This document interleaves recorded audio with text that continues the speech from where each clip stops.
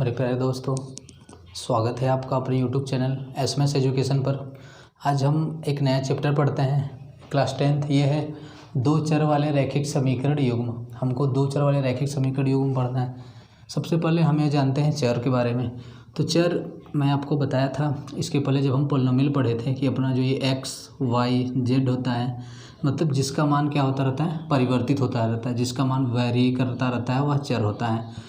तो यहाँ पर चर क्या है, x, y, z, या फिर जो भी और कुछ भी ले सकते हैं, a, b से कुछ भी ले सकते हैं, a हो गया, b हो गया, मतलब जिसका मान क्या करता हो, वैरी करता है, यानी बदलता रहता हो। जिसका मान क्या करता हो, बदलता हो, तो वह चर कहलाता है। क्या होता है, वह चर कहलाता है। तो यहाँ पर आपको पढ़ना दो चर वाले रैखिक समीकरण युग्म। तो सबसे पहले हम यहाँ पढ़ते हैं कि समीकरण होता क्या है। समीकरण अगर मैं यहाँ पर ये लिख दूँ 5x + 6 तो यह क्या है, यह एक पॉलिनोमियल है, यह एक पॉलिनोमियल है। अब मैं यहाँ पर क्या कर दूँ, यहाँ पर इक्वल का साइन लगा दूँ, यहाँ पर इक्वल का साइन लगा दूँ और इसके इक्वल के बाद कुछ लिख दूँ यहाँ पर, यानी कि इक्वल के बाद हमने कुछ लिख दिया। तो यह जब इक्वल मिल जाता है ना, यानी किसी पॉलिनोमियल में जब यह इक्वल का साइन हमको मिल जाता है, तब हम बोलते हैं इसको समीकरण बोलेंगे। यह बराबर का साइन मिल गया तो इसको क्या बोला जाएगा, यह बोला जाएगा समीकरण। इसको क्या बोलेंगे, समीकरण। जैसे यहाँ पर 3x + 2 = 6 दे दिए, तो यहाँ पर हम देख रहे हैं कि यहाँ पर इक्वल का साइन है। क्या है, ये इक्वल का साइन है, तो इसको हम क्या बोलेंगे, यह एक समीकरण होगा। क्या होगा, यह एक समीकरण। अगर मैं केवल इसी तरीके से लिख दूँ कि 5x + 6 है, अब मैं पूछूं कि यह समीकरण है कि नहीं, तो आप यहाँ पर देख रहे हो इक्वल नहीं है। इक्वल, जब इसमें इक्वल का साइन नहीं है तो यह समीकरण नहीं कहलाएगा, यह समीकरण नहीं कहलाएगा। तो समीकरण के लिए हमको ज़रूरी है कि इक्वल का साइन हो उसमें। अब हमको पढ़ना है रैखिक समीकरण। तो जानते हैं रैखिक क्या होता है। तो रैखिक समीकरण ऐसा समीकरण जिसका पावर 1 हो। मतलब जब हम पॉलिनोमियल पढ़ रहे थे, अगर मैं आपसे पूछूं कि इसका घात क्या है या डिग्री क्या है, तो आप कहोगे कि इसका घात 1 है। इसका घात क्या है, 1 है, इसका पावर 1 है। अगर इसके बराबर कुछ दे दिया ना, तो यह समीकरण कहलाएगा। यह क्या होगा, समीकरण। अगर इस समीकरण का घात 1 है, इस समीकरण का घात 1 है, तो यह रैखिक समीकरण कहलाएगा। कैसा समीकरण कहलाएगा, रैखिक समीकरण। यह रैखिक समीकरण कहलाएगा, क्योंकि इसमें घात के लिए हम वेरिएबल देखते हैं, x है, x का पावर यहाँ पर 1 है। जब x का पावर 1 है तो यह रैखिक समीकरण होगा। यहाँ पर देखें तो इसका पावर क्या है, 1 है, तो यह क्या कहलाएगा, रैखिक समीकरण। रैखिक समीकरण बोलेंगे इसको। यह रैखिक समीकरण तो है, लेकिन हम इसमें देख रहे हैं कि वेरिएबल यानी केवल x है इसमें x वेरिएबल है, तो इसको बोलेंगे एक ही वेरिएबल, तो कहेंगे एक चर वाला रैखिक समीकरण है। क्या है, एक चर वाला रैखिक समीकरण है, एक चर वाला रैखिक समीकरण है। तो अब आपको समझ में आया होगा कि रैखिक समीकरण क्या होता है। यहाँ पर मैं एक एग्जांपल और लिख लेता हूँ। जैसे मैं यहाँ पर लिख लिया ax + b बराबर, यहाँ पर मैं क्या कर दिया, 0। ये रैखिक समीकरण का स्टैंडर्ड फॉर्म है कि ax + b, और यहाँ पर a ≠ 0 होना चाहिए, मतलब कि a का वैल्यू 0 नहीं होना चाहिए।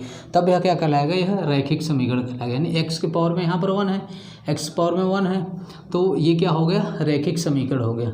अब यहाँ पर a ≠ 0 इसलिए है कि अगर a का वैल्यू यहाँ पर 0 ले लें तो यह 0x + b, यानी कि इसका कोई मतलब ही नहीं रहा, ये हट जाएगा, यानी यह 0 हो जाएगा। जब यह 0 हो गया तो आप देख रहे हो कि यहाँ पर क्या है कि x पावर 1, यानी वेरिएबल के घात 1 है ही नहीं इसमें, ये तो 0 हो गया, तो यह रैखिक समीकरण नहीं कहलाएगा। तो ज़रूरी है कि ये जो x है, x पावर 1 है, तो इसका जो कोफिशिएंट हो वह 0 के बराबर नहीं होना चाहिए। 0 के बराबर क्या होना चाहिए, नहीं होना चाहिए, तभी वह रैखिक समीकरण कहलाएगा। तो ये तो हो गया रैखिक समीकरण, एक चर वाला रैखिक समीकरण। लेकिन हमको यहाँ पर पढ़ना है दो चर वाला रैखिक समीकरण। तो दो चर वाला रैखिक समीकरण क्या होगा कि उसमें 2 वेरिएबल होना चाहिए। जैसे मैं यहाँ पर ये लिख दिया 3x + 5y = 3, तो ये क्या है, हम यहाँ पर देख रहे हैं कि यह रैखिक समीकरण तो है, मतलब पावर 1 यहाँ पर भी है, पावर 1 यहाँ पर, तो यह रैखिक समीकरण हुआ। अब इसमें एक चर ये है x, और दूसरा चर क्या है, यहाँ पर y है, दूसरा चर y है, तो इसको दो चर वाला रैखिक समीकरण बोलेंगे। क्या बोलेंगे इसको, दो चर वाला रैखिक समीकरण, दो चर वाला रैखिक समीकरण। यह है दो चर वाला रैखिक समीकरण है। अब इसका स्टैंडर्ड फॉर्म देखते हैं कि इसका स्टैंडर्ड फॉर्म क्या होगा। इसका स्टैंडर्ड फॉर्म ये होगा ax प्लस by बराबर 0। यह इसका स्टैंडर्ड फॉर्म होगा। क्या होगा? यह इसका स्टैंडर्ड फॉर्म होगा। ये रैखिक टू वेरिएबल रैखिक समीकरण का हम देख रहे हैं। यहाँ पर x है, y है, पावर 1 है और दो वेरिएबल है, तो दो चर वाला रैखिक समीकरण हुआ ये। अब यहाँ पर क्या है कि a 0 के बराबर नहीं होना चाहिए और b 0 के बराबर भी नहीं होना चाहिए। a और b दोनों 0 के बराबर नहीं होना चाहिए। ऐसा क्यों? क्योंकि अगर हम a को 0 ले लेते हैं, a को 0 ले लेंगे तो ये हट जाएगा। a को 0 ले लेंगे तो ये 0x हो गया प्लस का by हो गया बराबर 0।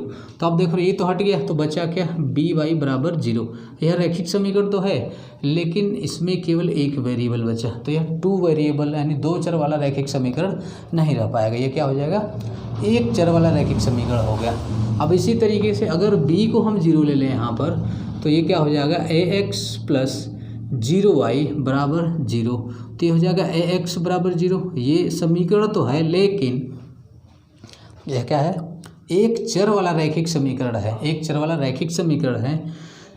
एक चर वाला रैखिक समीकरण बन गया। यहाँ पर b के मान 0 रखने पर रैखिक समीकरण है, लेकिन एक चर वाला। जब यह दो चर वाला हमको बताना था, जब दो चर वाला बताना है तो ज़रूरी है कि a का वैल्यू क्या हो? 0 ना हो और b का वैल्यू भी 0 के बराबर नहीं हो सकता, तभी यह कहलाएगा दो चर वाले रैखिक समीकरण। तभी यह दो चर वाला रैखिक समीकरण होगा, नहीं तो नहीं होगा। अब थोड़ा सा इसको आगे देखते हैं।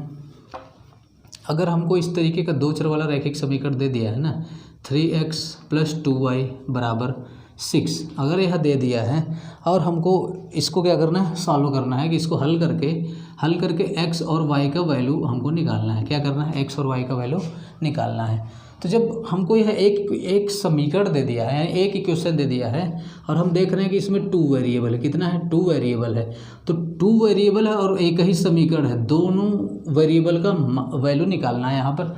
तो क्या करेंगे? यहाँ पर इसको सॉल्व नहीं किया जा सकता, यानी x और y का वैल्यू अलग अलग नहीं निकाला जा सकता। x और y का वैल्यू नहीं निकाल सकता, क्योंकि जब यह दो वेरिएबल है ना, दो वेरिएबल है, तो ज़रूरी है कि दो वेरिएबल के लिए और दोनों का अलग अलग वैल्यू निकालने के लिए दो रैखिक समीकरण होना चाहिए। क्या होना चाहिए? दो रैखिक समीकरण होना चाहिए। जैसे यहाँ पर 3x प्लस 2y बराबर 6 दिया है ना, अब इसमें x और y का मान अलग अलग पूछ रहा है, और यहाँ पर टू वेरिएबल है और समीकरण एक ही है, तो इससे x और y का वैल्यू अलग अलग नहीं निकाला जा सकता। इसके लिए हमको ज़रूरी है कि दो समीकरण दे, दो वेरिएबल तो दो समीकरण होना चाहिए। अगर यहाँ पर यह देता कि 3x प्लस 2y बराबर 6, और एक समीकरण और दे देता कि 5x प्लस 6y बराबर 4 है। अब दे दिया, यह दो समीकरण हमको दे दिया है और इसमें पूछ दिया कि x और y का वैल्यू बताओ। x और y का क्या बताना है? वैल्यू बताना है। तो हम देख रहे हैं यहाँ पर कि x y इसमें दो वेरिएबल है, इसमें भी दो वेरिएबल है। तो अब दो वेरिएबल और दो समीकरण, एक समीकरण ये और दूसरा समीकरण ये, तो दो वेरिएबल और दो समीकरण दिया है, तब उसमें से दो वेरिएबल का मान निकाल सकते हैं। अलग अलग हम क्या कर सकते हैं? इसको हल किया जा सकता है, इसको हल किया जा सकता है। लेकिन मैंने आपको ऊपर बताया कि अगर एक ही समीकरण है और दो वेरिएबल है, तब वहाँ पर x और y यानी दो वेरिएबल का अलग अलग वैल्यू नहीं निकाला जा सकता। तो मुझे उम्मीद है कि आपको ये ज़रूर समझ में आया होगा। मेरे प्यारे दोस्तों, हम दो चर वाले रैखिक समीकरण युग्म समझ चुके हैं कि दो चर वाले रैखिक समीकरण होता क्या है। अब हम इनके आलेख के बारे में अध्ययन करते हैं। इनका जो आलेख होगा या फिर इसका जो ग्राफीय सॉल्यूशन के बारे में हम थोड़ा सा देखते हैं कि क्या क्या कैसे कैसे होता है। तो हम पढ़ चुके हैं कि जैसे अगर ax plus by plus c बराबर 0, यह क्या है? एक दो चर वाला रैखिक समीकरण है। क्या है? दो चर वाला रैखिक समीकरण है ये। तो अगर यह रैखिक समीकरण है, तो हम अभी पॉलिनोमियल में भी जब हम ग्राफ की बात कर रहे थे, तो अगर रैखिक पॉलिनोमियल था, क्या था? रैखिक पॉलिनोमियल था। तो ये क्या था? अगर मान लीजिए यह रैखिक है, तो इसके लिए जब हम पढ़ रहे थे, क्या था? रैखिक समीकरण जब था या फिर पॉलिनोमियल, हम y बराबर ये लेके चल रहे थे, तो इसमें जो ग्राफ खींच रहे थे तो हमको एक सीधी लाइन मिल रहा था। क्या मिल रहा था? एक सीधी लाइन, क्योंकि यह रैखिक था, यानी इसका जो डिग्री था एक था। जब यह रैखिक समीकरण होगा तो इसका क्या होगा? इसका जो भी आलेख मिलेगा हमको एक रेखा मिलेगा, एक रेखा में मिलेगा। तो उसी प्रकार से हमारा ये जो दो चर वाले रैखिक समीकरण, जब यह रैखिक समीकरण है तो उसका जो आलेख होगा एक सीधी रेखा मिलेगा। क्या मिलेगा? एक सीधी रेखा मिलेगा, एक सीधी रेखा मिलेगा, एक सीधी रेखा में मिलेगा, हमेशा एक सीधी रेखा होगा। और अब जो भी एक सीधी रेखा हमको मिलेगा ना, इस टाइप से लगभग कुछ मिलेगा। एक सीधी रेखा, अगर ये एक समीकरण तो एक सीधी रेखा मिलेगा यहाँ पर हमको। अब समीकरण युग्म है तो उसमें क्या होगा, वह भी रेखा ही मिलेगा। और इस रेखा का प्रत्येक बिंदु, इस रेखा का जो भी प्रत्येक बिंदु होगा इस समीकरण का एक हल होगा। क्या होगा? इस समीकरण का एक हल होगा। और पिछली कक्षा में हम यह भी पढ़ चुके हैं, इसको थोड़ा सा इरेज कर देते हैं। पिछली कक्षा में हम पढ़ चुके हैं कि यदि यहाँ पर समीकरण युग्म की बात कर रहे हैं तो समीकरण युग्म का मतलब ये हुआ कि क्या होगा, वहाँ पर a2x + b2y है बराबर 0। तो समीकरण युग्म का मतलब यही हुआ कि एक समीकरण ये दो हुआ, दो समीकरण हुआ, पहला ये दूसरा ये। तो युग्म का मतलब कि वह पेयर के रूप में होगा, यानी दो समीकरण होगा। क्या होगा वहाँ पर? दो समीकरण। तो यह दो रैखिक समीकरण, दो रेखा होगा। हमको क्या मिलेगा इससे? एक रेखा इससे मिला और एक रेखा इससे मिला, एक रेखा इससे और एक रेखा इससे, दो रेखा मिला। तो जो दो रेखा होगा, हम पिछली कक्षा में यह भी पढ़ चुके हैं कि दो रेखा यदि है तो वह क्या होगा कि दो रेखाएँ, यदि दो रेखाएँ एक तल में हैं, दो रेखाएँ क्या है? एक ही तल में हैं, दो रेखाएँ एक ही तल में है, दो रेखाएं अगर एक ही तल में हैं तो हम मतलब क्या करते हैं, तो या तो वह एक दूसरे को एक बिंदु पर प्रतिच्छेद करेंगी। हमें कंडीशन पिछली कक्षा में पढ़ चुके हैं कि यदि दो रेखाएं एक ही तल में हैं तो वह दोनों रेखाएं आपस में एक बिंदु पर, एक दूसरे से एक बिंदु पर प्रतिच्छेद करेंगी, या तो वह दोनों रेखाएं पैरेलल होंगी। क्या होंगी? वह दोनों रेखाएं पैरेलल होंगी, यह एक बिंदु पर प्रतिच्छेद करेंगी। क्या होगी? प्रतिच्छेद करेगी एक बिंदु पर, वो दोनों रेखाएं एक बिंदु पर प्रतिच्छेद करेगी, या तो वह दोनों रेखाएं समांतर होंगी। क्या होंगी? वह दोनों रेखाएं समांतर होंगी। या तो ये हो सकता है कि वह दोनों रेखाएं ओवरलैप, मतलब कि यह रेखा है तो इसी के ऊपर से जाए, यानी ओवरलैप करे।